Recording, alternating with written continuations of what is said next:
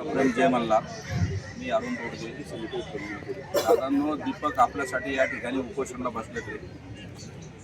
अहो, तो जीवाचं रान करतोय आणि आपण घरी बसतोय. कुणासाठी करायचं हे सारं आणि का करायचं? किती दिवस आता आपण सहन करणार? तो स्वतःचा जीवाची आहुती देतोय आणि आपण घरी बसतो. जरा आपल्याला काहीतरी वाटू द्या.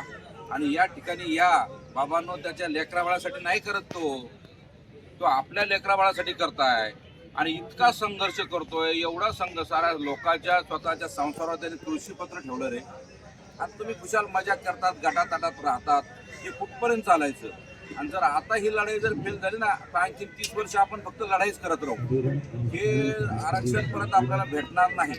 आपल्याला जर आरक्षण पाहिजे असेल दादांनो, तर आपल्याला मुंबईकडं कूच करावं लागेल तरच आपल्याला आरक्षण भेटेल. हे तुम्हाला हात जोडून कळकळीची विनंतीसाठी बसलो. तर रात्रंदिवस इथं बसतोय, डासात खातोय, का डास त्याला चावताय, त्याची आंघोळीची सोय नाही, काही सोय नाही. त्याचे सारे कार्यकर्ते या ठिकाणी आपण खुशाल घरी थांबतात.